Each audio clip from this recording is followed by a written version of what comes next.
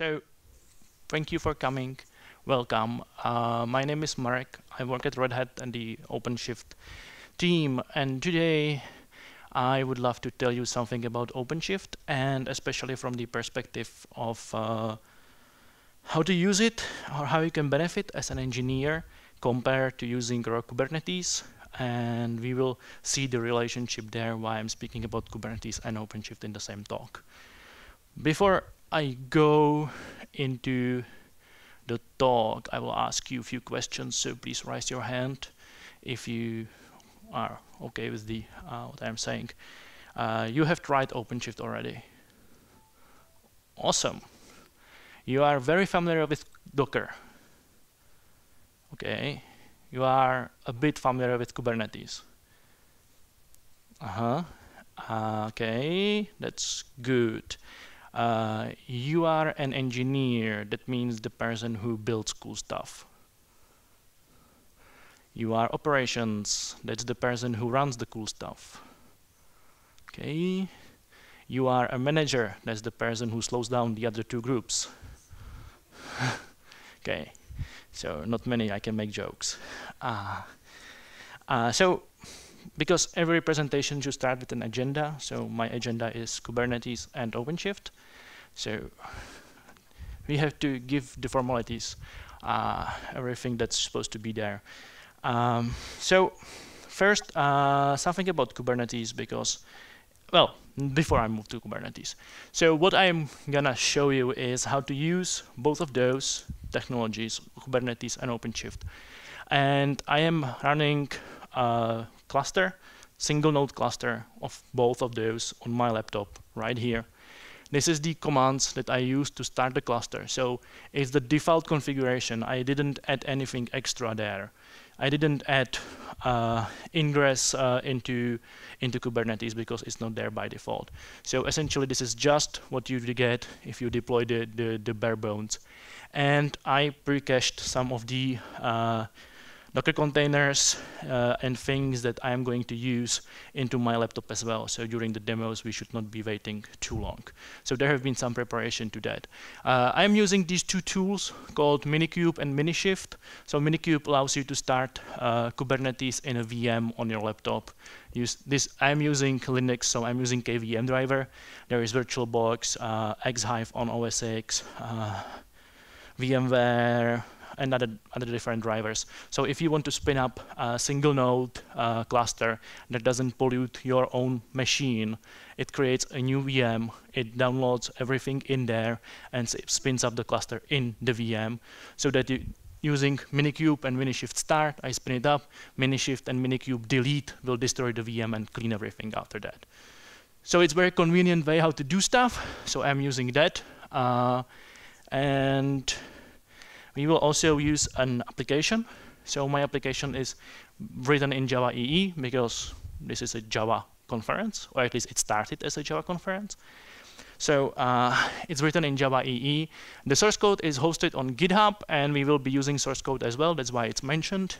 To spin up the application, we will need one environment variable that points to some YAML file that describes what the application should do.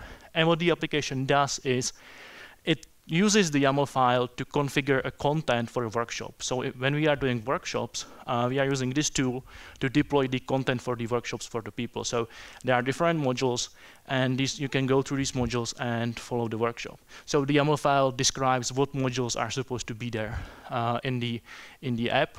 And there is a pre-built container on Docker Hub. So Docker IOSG Workshopper. We are going to use that. That's pre-cached on my laptop in those clusters already. So this is the application that I'm going to use from the engineering perspective. And I wanted you to understand what the application does or why it was built. And this is the example that I'm going to be using during the demos. So something about Kubernetes. Well, I forgot one thing. I have books in here. If you will be active during the presentation, when I ask something, you answer, or you will have questions, you can get a book. I think it's like 19 or 18 of those. So these are for you. I will give them up. So be active and don't sleep. It's difficult after the lunch, I know. So Kubernetes started as a project from Google, and Google has been using containers for many years, even before containers were actually like hipster technology. Before we actually cared about containers, most of us, they have been using them. It's like 2004 or something like that. They started to use them, and they have two tools internally called Borg and Omega. They schedule the containers in Google infrastructure, and they try to open source also the container runtime. It was called "Let me contain that for you," limited epsilon. Well, difficult name, never got traction. I think it's because of the name, but it doesn't have to be. I think even Google is now like phasing this out and is moving to Docker containers or something like that. And so, from their experience, how big is Google? That's a good question. Big. I usually think that Google is pretty much the biggest what we have right now in the infrastructure world, like what they do, what they run, what they have. Like I would say that they are bigger than Microsoft. Maybe even financially, but doesn't care. But technically, like infrastructure-wise, I think they're way bigger. The same compared to Amazon or something like that. So they have been using containers on that scale, and in Kubernetes, they are actually trying to open source the know-how, the lessons they learned the hard way, and put it into an open source project. So they are not open sourcing a technology that they have built. They are open sourcing the know-how, the ideas they learned during the time using containers in the project. And Kubernetes are designed specifically for running containers. So you have a container, you want to run it, and you want to run it in a highly available, resilient way. It should be it should scale somewhere. It should be deployed on a specific node, and there should be scheduler to decide which node. And all these things really are related to the runtime, only for running containers. Kubernetes doesn't care how you build the containers. They don't really care how you store the containers. You just say, deploy me this container, and it will be deployed. It can be built in any possible way. It can be stored in many different repositories or registries. But Kubernetes doesn't care about that, really. They don't provide this infrastructure. And they provide API, and on top of the API, there is a CLI tool, and there is a web console that allows you to communicate and use the tool for something you want to do. Maybe after every slide, I will ask if you have any questions, so we don't lose the context for the questions. So feel free to raise your hand if you have any questions. No. Okay. So Kubernetes, like by design, is not that difficult. It's quite simple, actually. And there are 4 different main objects or things in Kubernetes that you need to understand to be able to use it. So there are labels. That's a key value pair that you can attach to the other resources like pods, replication controllers, or services. So every resource has several labels. And these labels are used for identifying these resources in the cluster. Kubernetes don't work with the concept of container. They work with the concept of pod. And pod is a set of containers that has the same life cycle, is bound to the same network interface, is running on the same node. So it's containers that are always tied together. If you have your application like WordPress and you have MySQL, should it be single pod or 2 pods? No, not single. These two have different life cycles. If your MySQL goes down, your WordPress can at least say, hey, I have a problem, come back later. And when the WordPress fails, MySQL is still running, and there is no need to tear it down just because the front end is not running. So these have different life cycles, so it should be 2 different pods. But if you have MySQL and some monitoring daemon that just fetches the information from the database and sends it to somewhere like Grafana or something that collects these metrics, This could be in single pod, because if you start the database, you want this daemon to start as well. If you stop database, you want to stop this daemon as well, because they have completely the same life cycle. When database starts, monitoring daemon starts. When you intentionally stop the database, you don't need the daemon running again, like for the time being. So this, like there is an academic paper somewhere published by Google that describes different use cases for having multiple containers in a single pod. Though, in my opinion, like I don't know, 80–90% of use cases when you use containers, you will have single container in a pod. Usually, you don't have two containers there. So pod is a running container or set of containers somewhere. Replication controller says how many containers with a specific label is supposed to be there in the cluster. So as I said before, labels are attached to these different resources, and they identify those resources. So if my pod has a label app equals workshopper, for example, I have a replication controller that says there should be one replica of a pod that has a label app equals workshopper, and my container dies, my pod is going down. So there is 0 containers with that label. It will spin up new container to keep it on the level replicas 1. If I have too many of those, like if I want to scale down, I have, for example, replicas 2, and I change it to replicas 1, and it sees there is 5 containers or 2 containers that have this label or this set of labels. It will kill some of those containers to keep the level as it is described in the replicas value. So that's the concept of replication controller, who always maintains a specific number of containers with a specific set of labels in the cluster.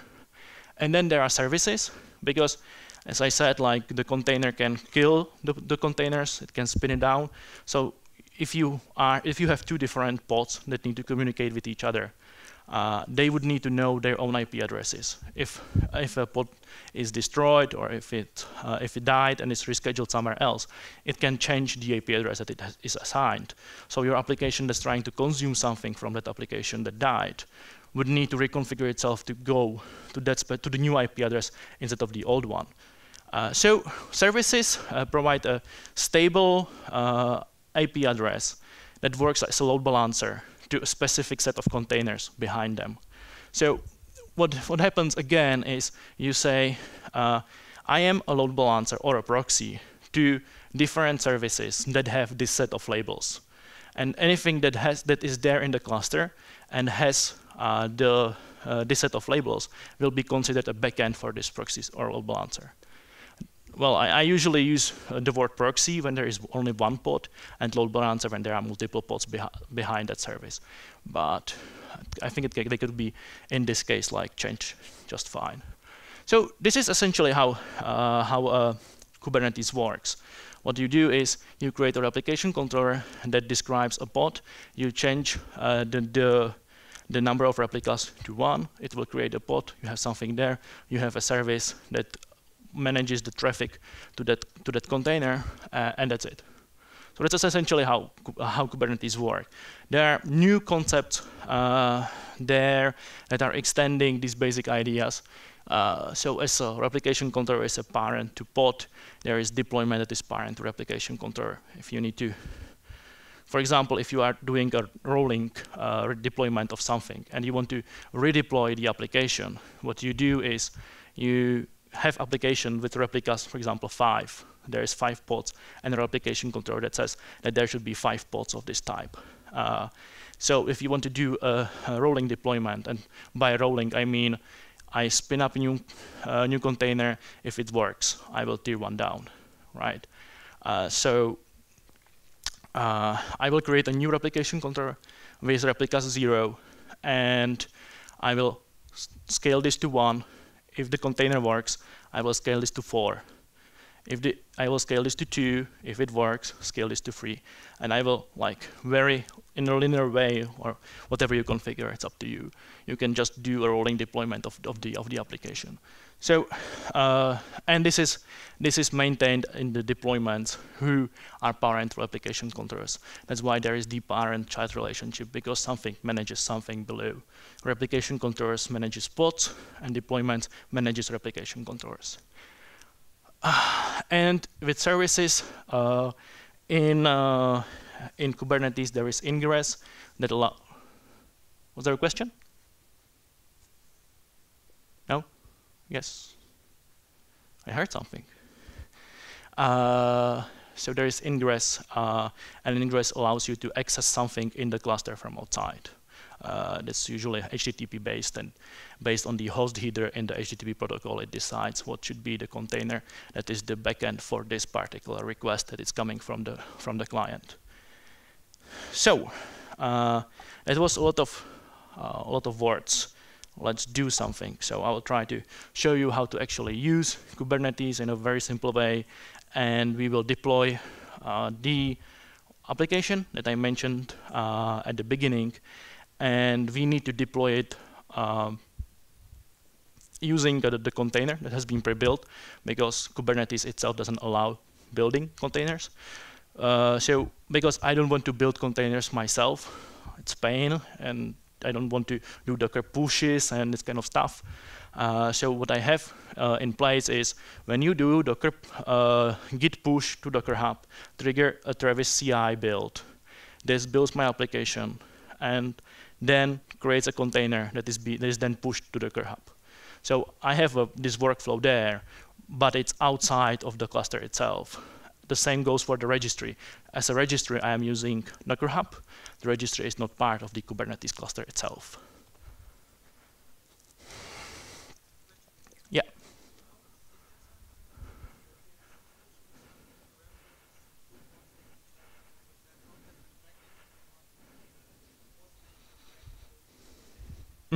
So what you can do, well, I think in Kubernetes it's optional. In OpenShift, then it's part of the default deployment. But there is a DNS server or DNS service running inside a cluster, or can be, and that one is going to resolve a name to some IP address. So you can have 2 types of services, and one is called headless, one is called normal, or whatever. And they always have a name. So from your front end to back, if you're communicating from front end to the back end, you will name your service that is working as a proxy or load balancer for the backend containers. You will name it backend, for example. So when you try to go to it's a synthetic DNS name, like service name dot svc dot cluster dot something, or something like that. And you can use this domain name that is well known to actually identify that service, if it's a normal service, and it will choose one of those containers and will proxy the request there. If you don't want to use the service as a load balancer, but you would like to use it as a discovery protocol or a discovery feature, you can use the headless service. And when you do a DNS query to a headless service, it doesn't choose one IP address, but reports all the IP addresses of all the pods that are behind that particular service. So you can actually discover all the services there just using the DNS query to the service if it's headless. If it's not headless, then it reports only one in a round-robin fashion. Does that answer your question? Awesome. So do you want the book? Do you want to come now or later? Okay. Some other questions? I'm really not kidding. The books are for you if you ask the questions. Yes?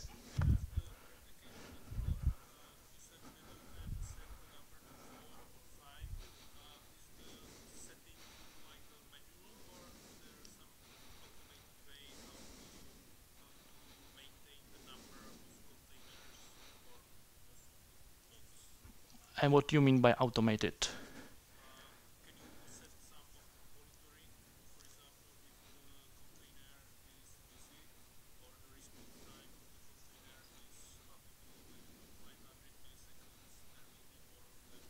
Yes, there is a auto-scaling feature, or I think it's called autoscaler, something like that, that can monitor some of the metrics of the pods and decide based on the metrics if it should scale up and scale down.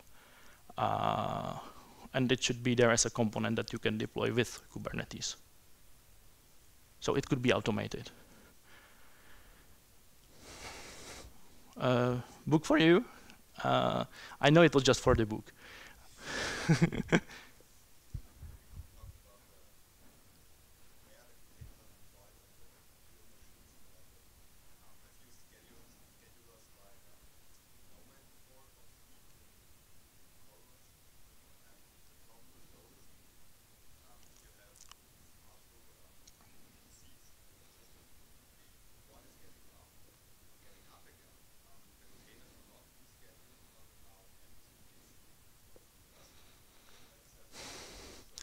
Yeah, I don't think so. I think in the current versions, they don't do automatic rebalancing of the cluster when there are new resources. Just the new containers would be getting to do that particular node because there is most resources, so everything that's new will go there.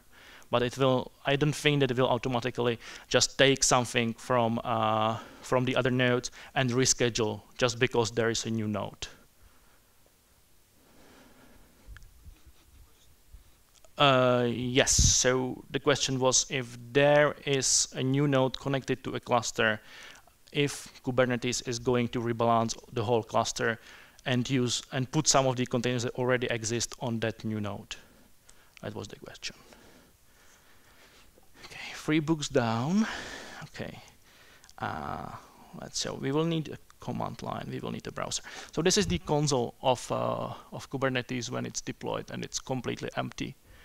And I prepared the commands in a text file here for me. So this command is going to deploy the application for us, because if I would type it myself, I would definitely make some mistake there, some typo. So let me do it this way. So this is the command that we need to run. So can you read it? Is it readable? Okay, it's not readable for me from down here because it's so huge. So kubectl is the Kubernetes CLI tool. Run something. Workshopper is a name. It will use a Docker image from Docker Hub. It will expose port 8080 from the container to my machine, and there is the environment variable that I need that was mentioned in the first slide. Because in the default there is no ingress or no HTTP system there for translating, so I need to expose the port. There is no nice entry point that would allow me to get to my service. So if I do it, it's very fast, and because I already cached the image, it shouldn't take too long to deploy it.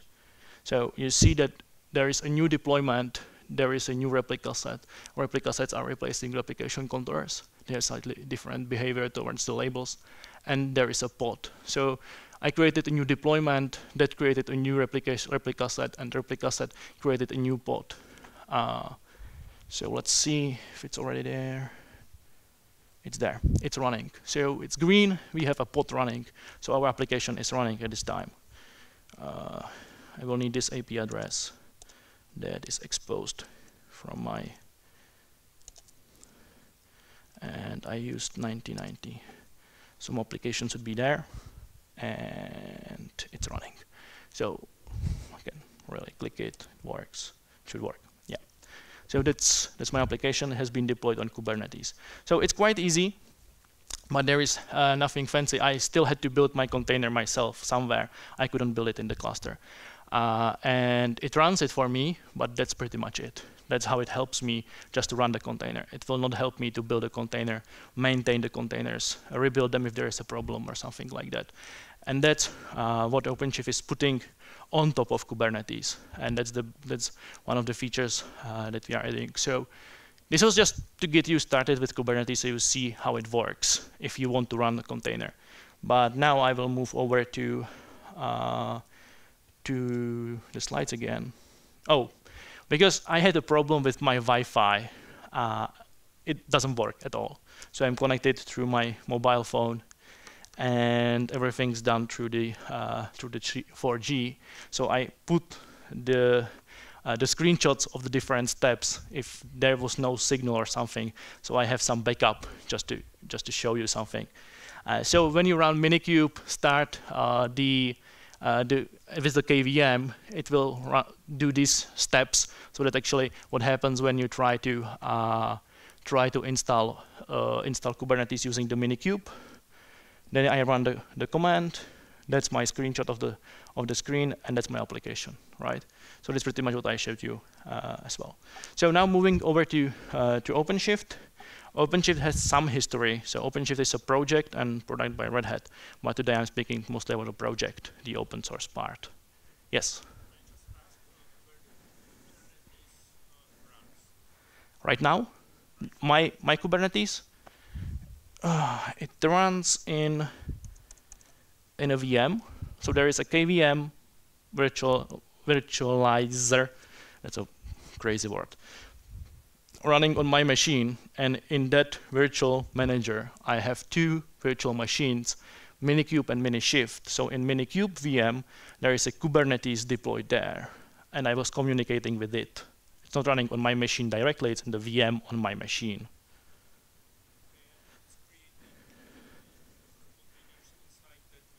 Inside that VM, yes. Yeah. So it has its own Docker in there, and it's using the internal infrastructure inside, so it doesn't pollute my system outside of the VM. I could do the same thing, you can do something like kubectl start or deploy or something like that, or kubeadm start or deploy, and it will start it on your own machine directly. So you don't have to go through the VM process, and it's quite easy as well. But I like the containment, yes. The containment in the VM, so I can just do a Minikube delete, and it destroys all the things there, and I can start from scratch.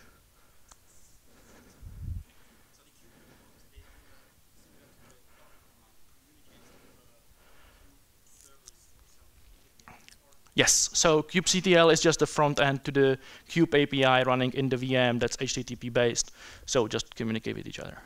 I think it's HTTP based.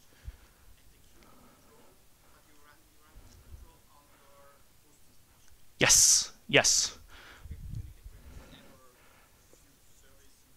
Yeah, if you for example go to, I don't know, Google container engine, whatever they call it, you can use kubectl against that or some other. There are different profiles or contexts, so you can switch between different instances of Kubernetes and just communicate with one specific. Generally, it's just HTTP endpoint that you just communicate with, so it can be wherever you want. The nice thing with Minikube is it will actually create this context for me on my machine, so I don't have to log in or set something manually. It's created there, it's called Minikube. Very simple to understand. It's up to you, you can specify that. I think by default they use 2 gigabytes. Where is it now? This one. So by default 2 gigabytes of memory, and it is using 2 CPUs of my 4 CPUs on the laptop. That's the default configuration. But you can, using the command line switches, you can choose your own configuration of the VM. It's up to you. Oh, the application inside the container? Ooh.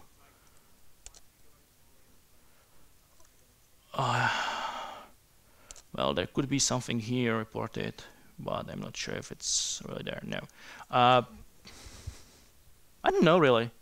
It's a Wildfly application server that is running a quite simple Java EE application that is using pretty much only the servlet and CDI specifications. So most of these subsystems are probably disabled. I would shoot like 200-300 megabytes, but that's just my guess. Okay, we have all still the same people. I don't want to give them the same book again and again and again. Different people ask questions as well, if you have some. Yes, I will try. Just wave on me when I start answering right away. I will try to remember. So going over here. So we started with OpenShift 5 years ago. Who knew about Docker 2 years ago? Who knew about Docker 3 years ago? Yeah. So we started way before Docker was there. At that time, actually, the company was called .cloud. They were trying to build a platform as a service. And they built this technology that allowed the layered approach to containers and distribution of the application. So they eventually decided, hey, our business in the platform as a service land is not going that well. Let's just take the technology we use with the layers and containers, and let's build business around it, and it's called Docker.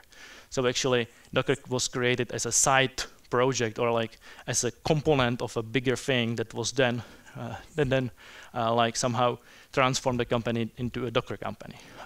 So at the time there was no Docker really, so we created our own container technology that was called Gears. It was pretty much some LXC with SE Linux that created a secured environment and allowed the application to run there. And we had our own scheduler.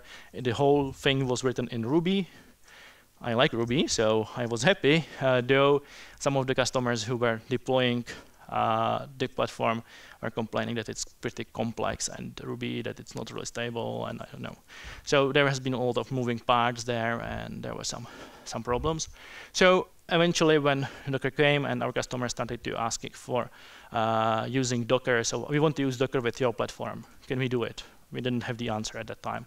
So we were deciding, should we ditch the Gears and use Docker? Should we support both, or what will be the future?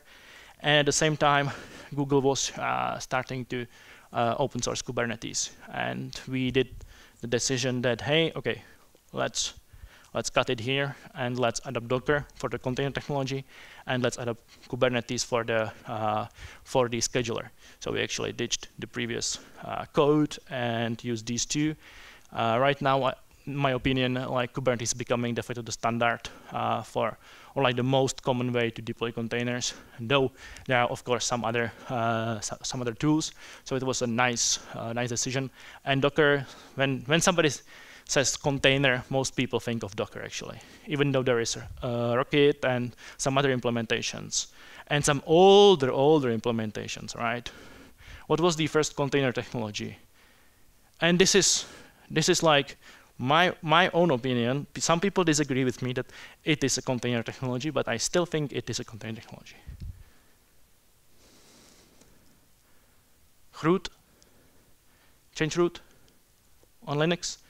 Like, it didn't allow you to isolate really the resources, but you were able to switch into different contexts of the machine and do something in there. So I think like that was one of the first. Then we had Solaris zones, containers, then we had FreeBSD shells, then we have Linux LXC, and we evolved into Docker eventually. We have Docker, Rocket, and there are some other implementations as well. So that's just something to the history. And something about OpenShift itself. So I like to call OpenShift a distribution of Kubernetes.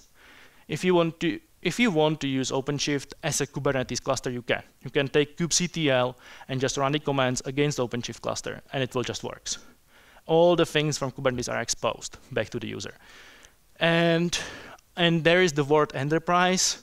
That's because Red Hat's business is in doing products and projects for the big guys, for enterprises, right?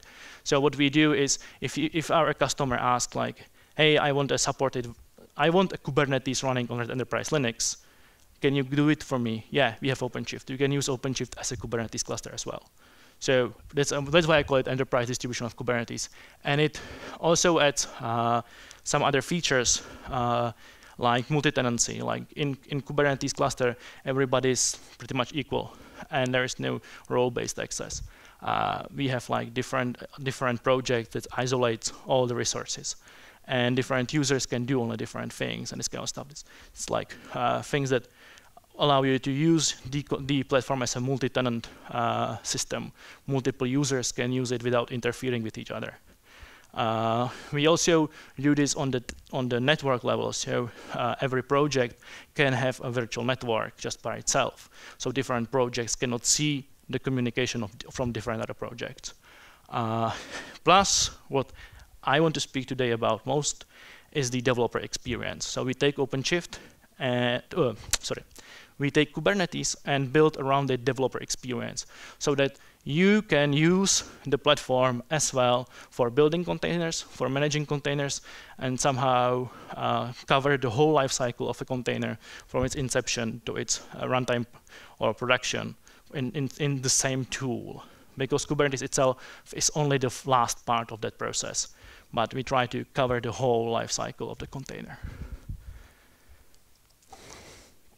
Okay, that's enough for the introductions, and let's do something again in the with the demo. Questions? And I will remember to no questions. I will not remember to repeat them. So what I have here, there is a OpenShift Origin running over here. Origin is the open source project.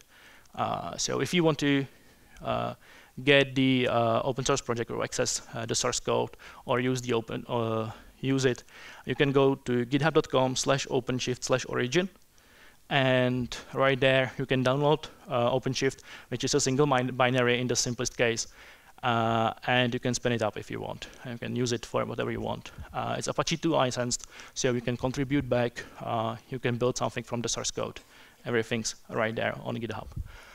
So my project is here. So I have one project only, and I can do things in there. So the project, when I'm inside the project, I am pretty much in the same scope as I was in the general view of the Kubernetes cluster before.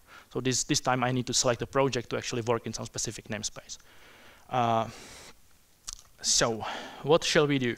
We shall deploy the container again. Exactly the same thing as we did. Just pull something from Docker Hub, spin it up, and get it running on this cluster instead of on Kubernetes.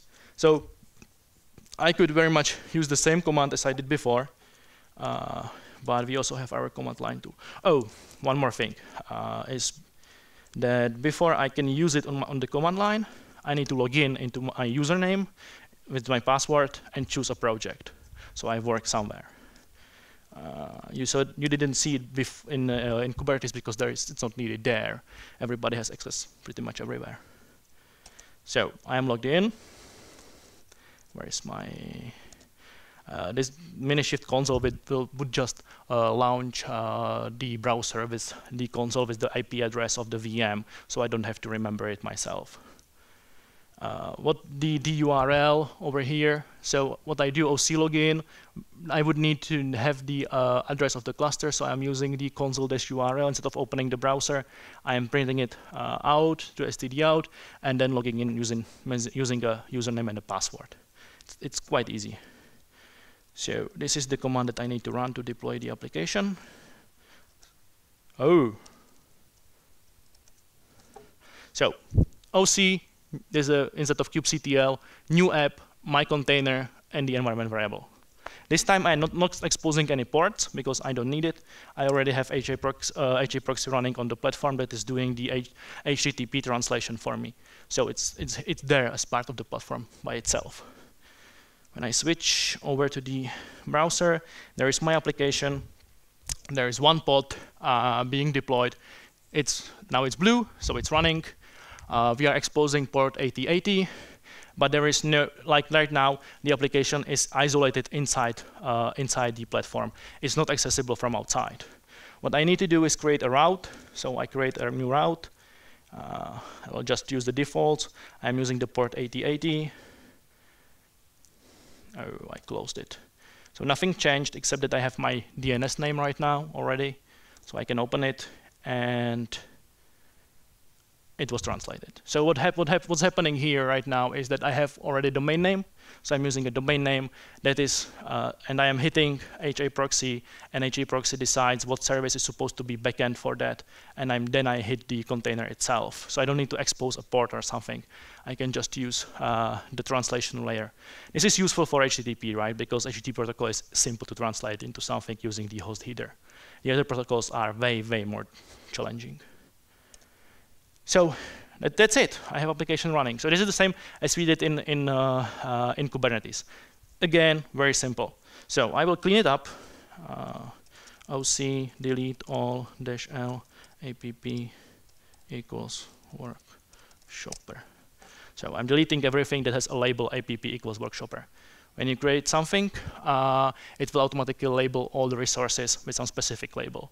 So this one deletes everything that's there related to my application. So nothing's in here. So this time I'm gonna run the other command I prepared, and that's this one. Control C. Where is my console? Like that. So OC new app, the same thing, but this time I have /fly tilde, a URL that points on my GitHub repository, dash name, which it's not required there because it would be guessed from the base name of the URL, and then the environment variable again. What's going to happen this time is I'm going to create a new build, and if it's /fly, so my build is running here. It was not here before. I hope I cached the correct /fly image. Yeah, I guess I did. So I'm cloning my repo into the platform, and it will use the /fly container who has been configured also for building stuff. So it will detect that there is a POM XML file. It will, come on, go. My Wi-Fi is still up. Should work. So it will use the image, and the image knows how to build application. But there is POM XML file. It will run Maven build, and then from the target directory, it will use will take the war files, ER files, and this kind of stuff, and will put it into the deployments directory of /fly, and it will take this image, this container. It will commit it as an image, and will push it into internal Docker repository that's running inside OpenShift. So when this happens, OpenShift will detect that there is a new image for this application. It will pull it and spin it up. So it will start /fly, and it will automatically deploy or the WAR file or ER files that have been there from the build. So I don't have to pre-build anything myself before. I can use the platform to build the container for me. Oh yeah, we are downloading the whole internet now through Maven. So the platform is pulling all these things, and it will run the build. Once the build finishes, it will create a new container, and yeah, copying the artifact, pushing a new container, and you see there is an internal IP address. So it's inside the platform. So I'm not pushing into Docker Hub or anything like that. Yes. Fabricate replicates some of the features. Sorry, this looks very similar to Fabricate, was the question. Yeah, they have quite they have similar features, some of those features. Some of those features are actually just things that they use in OpenShift and just expose it in a different way. They are trying to build a different user experience for engineers than we have in OpenShift itself. And this is mostly the matter of personal opinion, what you like, what you think is better. Some people would prefer this user experience. Some people would say Fabricate is great, and I want to use this user experience. So one book for you as well. Still pushing, as everything's happening in my single VM, Docker push is quite demanding on CPU because we are calculating the hashes and stuff and validating them, so it takes some time before everything's pushed, especially for the big layers. Yes?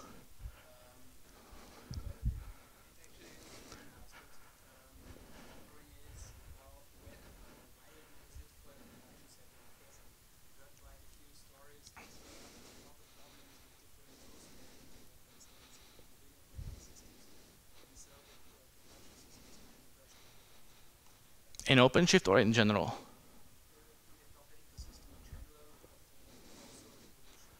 Okay. Oh, definitely. We have like big customers in the area of, I don't know, airports, banks, government, military. Yes, it's deployed in wide scale. It's deployed across industries, and we put a lot of security or constraining stuff on top of the containers. So by default, everything's isolated in a C Linux. By default, we never run container as a root container. We always run it as a specific user, which in essence breaks a lot of containers from Docker Hub. But also, it puts a security layer on top of the container because you are not root, so you cannot do a lot of stuff, right? So sometimes people see OpenShift and they say, hey, my container is not working. Yes, because your container was built in a way that it probably shouldn't be, because there are still no user namespaces in the kernel in the way that it should be.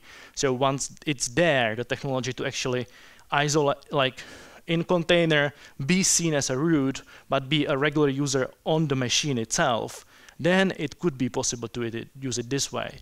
Though at this time, even if you use the user namespaces that are there right now, you can be a root in the container to be seen as a root in the container, but you will be always a single user for all containers on the machine. So if you break out, you will have access to many different containers because you're still the same user.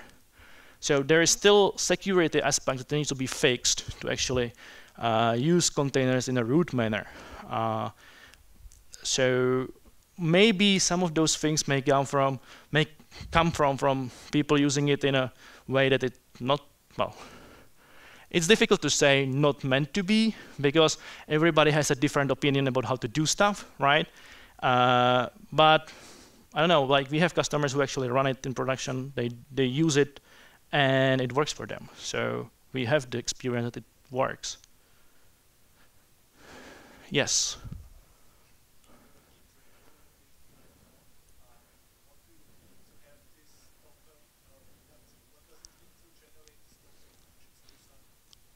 No, that's just a general Docker repo. If I go to caps lock github.com/OSG workshopper. Yeah. So I do have Travis YAML and Docker file because that's used for building the container and pushing it to the Docker as a Docker image to Docker Hub. But it's not required for the application itself. The only thing is that the WAD image knows that if there is a POM XML file, it should run a Maven build and take the artifacts from there and configure itself to use these artifacts. That's pretty much it. So the application, it's independent from the platform. The builder image needs to understand how to build that particular technology. So Wildfly understands how to build Maven, maybe Ant or some other technologies. There is a builder image for Ruby, Docker, Perl, PHP, some other technologies as well. If you have something that you need to do specific to your own company, to your own deployment, you can just do from Wildfly builder image, change something in the builder image, and use that new container as the builder image for your use cases. So it has more features than ours have, because there is something specific to your company that you need to have there. Make sense? Cool. Yes. Well, let me show something, because I think I'm running out of time slowly. I will do one more command that will do something, and then we can, while it's happening, we can discuss things. So my build finished. My application is running. I can access it again, and I should see my workshop. So it works. It's not exactly the same, but it's very much the same as pulling the Docker image, but I am building it in the platform instead of building it outside of the platform. This is good, but not always you want to build or git push to GitHub repo and then trigger the build from the GitHub repo. You want to build from your source code directly. So the last thing that I want to show you is that I will use the same configuration the same thing. The only thing is that I will trigger the build with start build for workshopper, and from directory this. Oh, I'm in the wrong directory. So let me change cd like that. So this is the source code of my application, and I want to use from this directory this application. Don't use the GitHub repo we specified before, but use the source code in my application right now. So when I go back to my console and I check the log, there is the cloning here, right? So I'm cloning the GitHub repo. That was the one that we did before. Now I will run this, and second build was triggered, so I can see the log over here. And this time there is no git clone. I am using some archive from stdi in. So I am actually uploading. I compressed my source code on my machine, uploaded that archive, and OpenShift took the archive as input instead of Docker clone, and is using the source code directly. And it's not using the GitHub repo or the source code there. It's just what I had on my machine at that specific time. And then it happens the same. So your questions.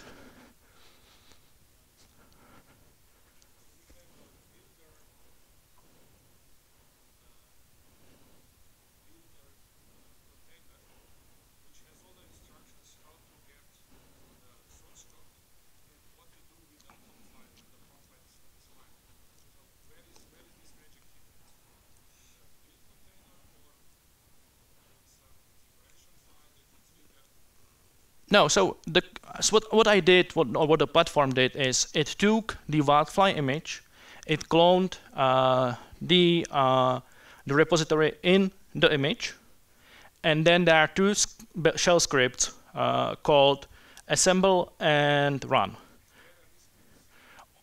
in a well-known path inside the container. So the platform, if you want to build your own container, you need to put the scripts in the container, and then you need to add some labels or in the metadata of the container to actually specify what script should be used as assemble and run.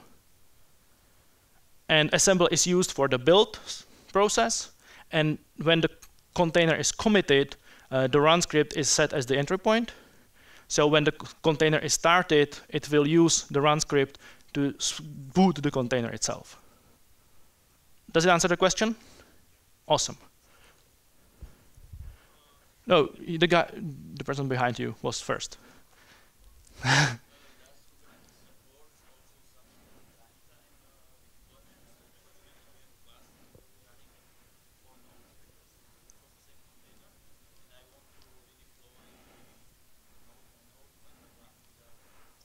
You want to redeploy the container one by one in a rolling manner. Yeah. Sorry. So I think I'm not sure what's now the default in Kubernetes, but in OpenShift the default is to use rolling strategy. So essentially by default, if you try to deploy new version of your application, it will be done in the rolling manner. So it will spin up new container. If it works, it will tier one down and go this way. So that's the default that we use. Then you can have like kill everything, deploy everything, kill everything, or something that could be custom, like some kind of scripting. But the default is rolling right now. You are.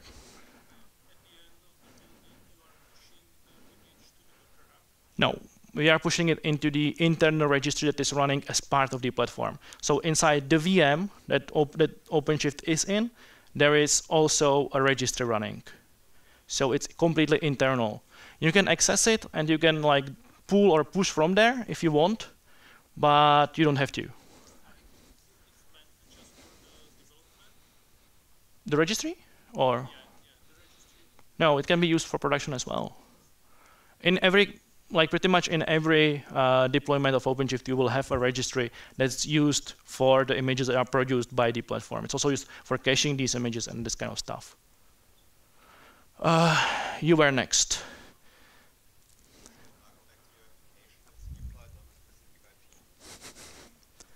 My application over here. Yeah.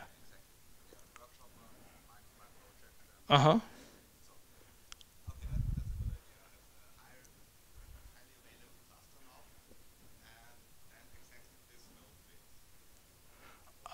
You can have, so we are using, so the translation that is translating the DNS into some internal container is HA proxy running in a container on OpenShift. You can scale the router as well. So you can have multiple nodes that will work as the gateway into the platform.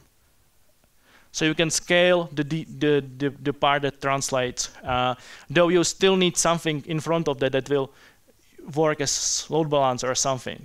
So the platform can be highly available, but if you are, for example, in AWS, they have this load balancer that can be there as a publicly facing endpoint and then use some of the backends. So then you can scale the HA proxies and then you can scale the containers. So this can be highly available. I don't know, just decide yourself.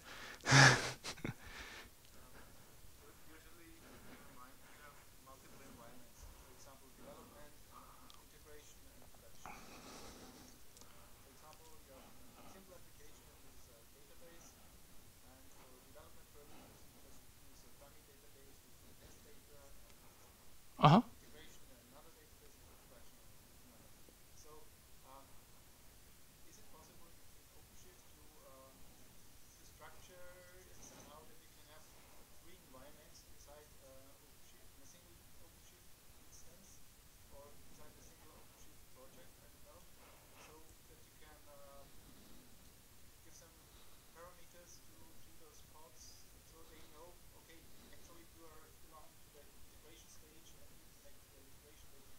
Mm-hmm. Okay. So essentially the question is how to do multiple stages of the application and deployment in different stages of the lifecycle, QA, prod, dev, etc. So this could be a talk just by itself because there are different patterns to do it. If you have single OpenShift cluster, the container has something called node selector. So that says what nodes it should be deployed to. Nodes can have labels. So this is again based on labels. So you can say this container should be on node that has zone dev, zone prod, or something like that. And by changing this selector, you will move the container to different zones. So that means that you can even you can specify different hardware that is going to be used for production, for development, for QA. So this is the lowest level, right? If you move one level up, or like what you mentioned, how to structure the access to the database that is used somewhere differently. So the simplest use case would be, or the simplest solution, if you are in if you are in QA, dev, and this kind of environments, the database will be running on the platform probably inside the project. So you will just have a service called database. So you will access the database domain name, and it will point to a container running inside the platform. But services don't have to point only on things inside the platform. They can also point to things outside of the platform. So for production, for example, you can create a service that will be again called database, but it will not point to container. It will point to a database cluster running on different nodes. So you will connect to the local service, and that will transfer it somewhere out. So from the perspective of your database, you are always connecting, for example, to database name, to host name database, and you are reading the username and password from environment variables or something. And then as the application moves through different stages, it will, without changing the code, connect to different databases and use different credentials based on the information either in the environment, or you can have config maps that will create a file on the disk that you can read from. There are different ways how to distribute the configuration information inside the application itself. Does it answer the question? Yes. Now there was somebody at the back. Yes. Uh-huh. Yes.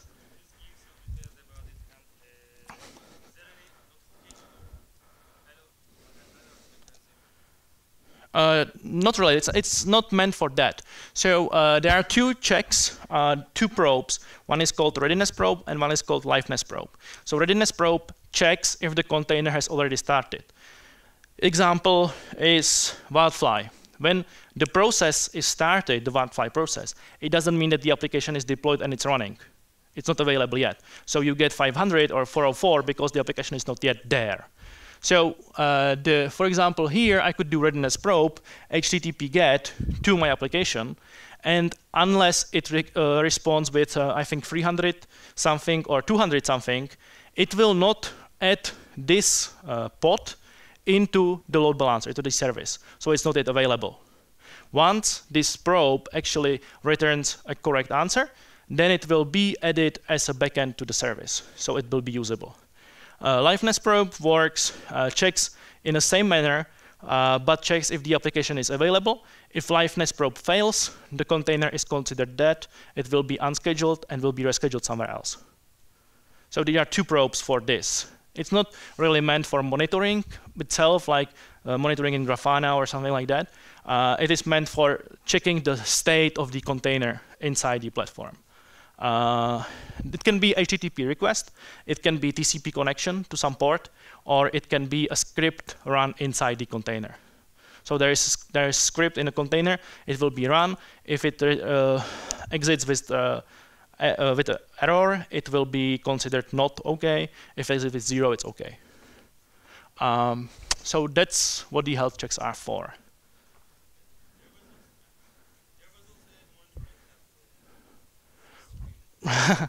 Not sure what you mean. Let me see.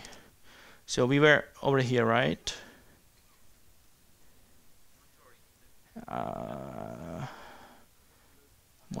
Yeah. So it just shows what was happening inside the platform. That's a overview of different things. What you probably would like to see more is if you go to application pods, you open one of the pods. You have logs here, so you see what printed to std out std error of the container. You can use terminal, so you can do something like this, run directly inside the container.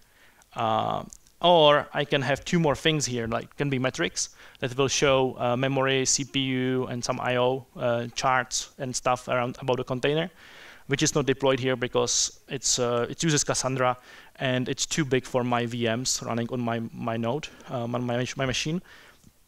Or it can be you can have a logging, which is using FluentD to stream all the logs from nodes, from containers into Elasticsearch or Splunk or something like that, and then you can aggregate the information from there. So there are different ways how to do monitoring, but those things that you spoke about were more metric or like the state of the container checks. There's so many questions. I think you are next.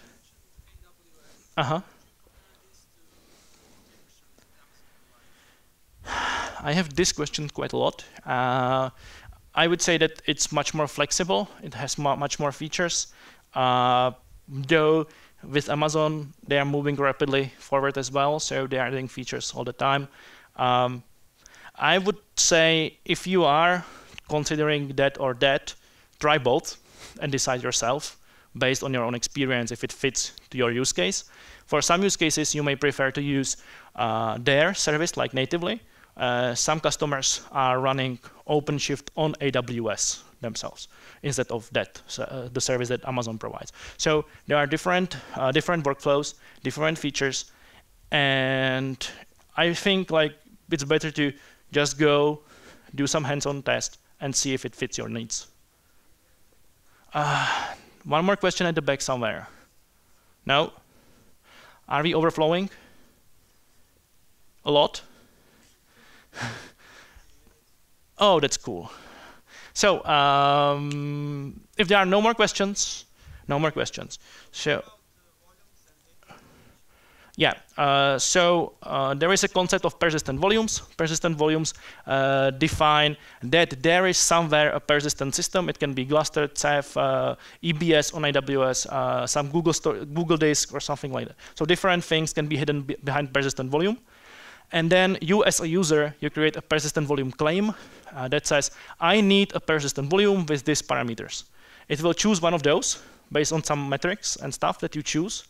It will try to match them. And then you have persistent volume claim. And that claim can be attached to a pod. And it says, mount this technology inside this particular container at a specific path. So then you can use this directory as a persistent directory. And the rest of the container still is ephemeral. OK. OK, yeah.